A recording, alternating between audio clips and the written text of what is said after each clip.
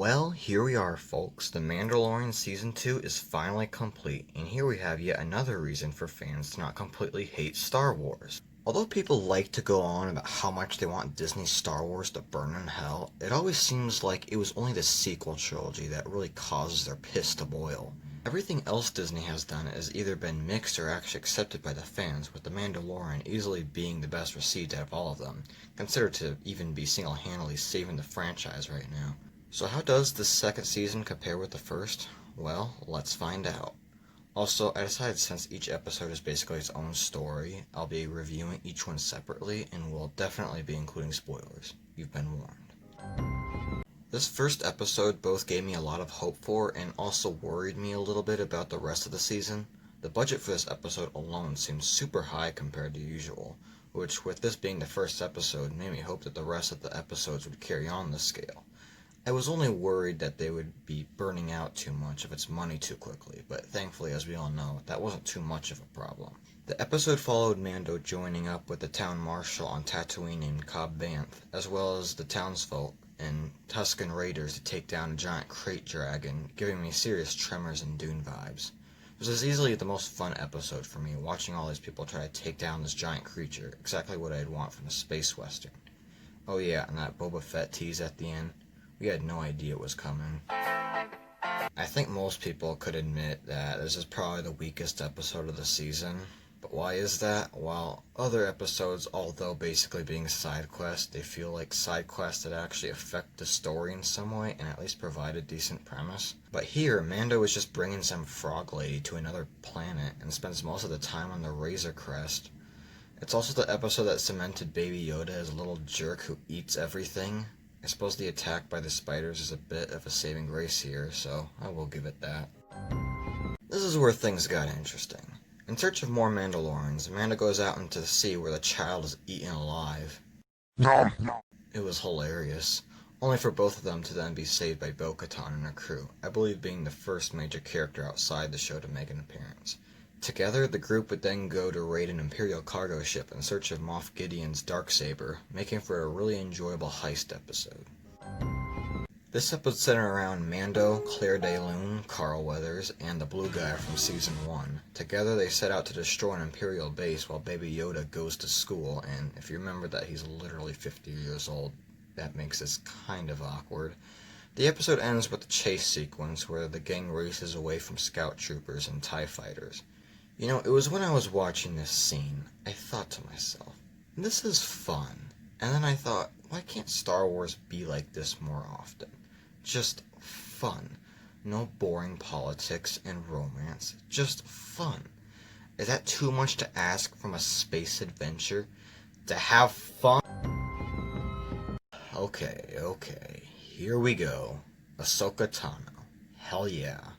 After Mando arrives on Caladan, Mando is set out to kill Ahsoka, to only instead ask her to train Baby Yoda, whose name is finally revealed to be Grogu, and learn way more about his past. This episode wasn't just a big deal for the show, but Star Wars as a whole. Seeing Ahsoka Tano in live action must have caused every single nut on this planet to explode, and it was easily the best directed and best looking episode in the whole show. I mean, it was beautiful. While many other episodes are reminiscent of spaghetti westerns, this one in particular is like a good old martial arts film, and it really shows. It ends with Ahsoka telling Mando to head to a temple on Tython where Grogu will seek out another Jedi through the Force. It's also worth noting that the last 4 episodes of the season weren't shown in any of the trailers, making this and the rest of the season a huge surprise with everything we would see.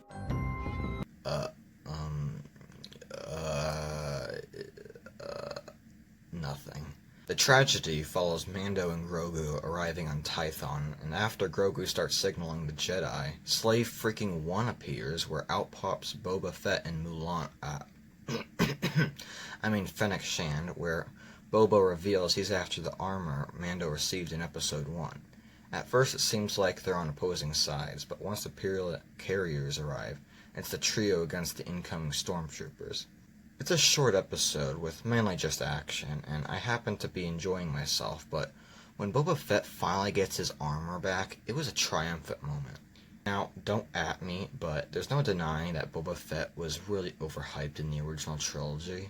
I mean, he did nothing But here we finally see him actually kick ass like how he should, and it was glorious. But unfortunately, all great things must come to an end, because after all the stormtroopers are taken away, a light cruiser comes and destroys the Razor Crest.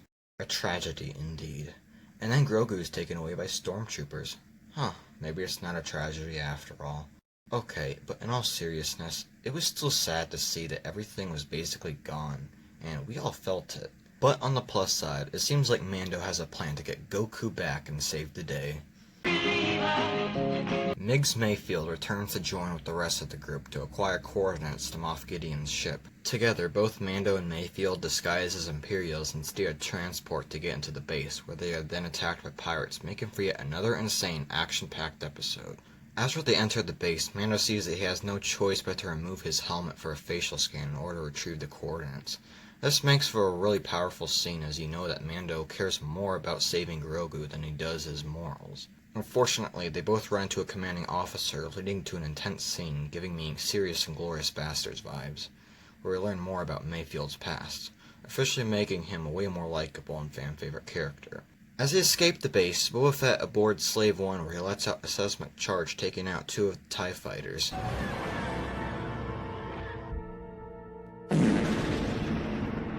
Mayfield is then let go, and Mando makes a message to Moff Gideon that he will be out for the child. This episode is all about rescuing the little gremlin, in which the group from last episode recruit Bo-Katan, who's willing to join to retrieve their Darksaber. As Boba Fett fends off the TIE fighters, the rest of the gang break in, with Mando out to find Grogu. After fending off a Dark Trooper, Mando then finds Grogu, who's being kept by Moff Gideon, leading to a pretty solid duel between them, until Gideon is taken out rather quickly. More on that later. As everyone is reunited with Moff Gideon held hostage, he claims that in order for Bo-Katan to claim the Darksaber, he must defeat Mando in a duel, which kinda goes nowhere. I guess that's setting up the next season, I don't know. But then bad news, the Darksabers are back, attempting to barge into the room. Then an X-Wing appears. People have been theorizing who exactly would show up to take Grogu. Some people were thinking, I think it could be Ezra Bridger. I mean, who else would it be? Oh my god, it's Luke freaking Skywalker! Now, this was an amazing moment, but I do think I should point out my one single gripe. It's not the CGI, really, that bothered me. It was the voice on top of the CGI. Like, I was glad to see Mark Hamill return, but this kind of took me out of the moment a bit. But seeing Mando take off his helmet for Grogu to look at his face after all this time. Now, I've seen many goodbye scenes in films and shows, but this right here, it did it for me. And that's the end. Oh yeah, there's also a post-credit scene where Boba Fett takes the throne at Jabba's palace, thereby setting up yet another spin-off show. Well, let's just say I'll be watching that. Now that's the end. It was a great conclusion to the season, but overall, what do I have to say about the entire season? Let's find out.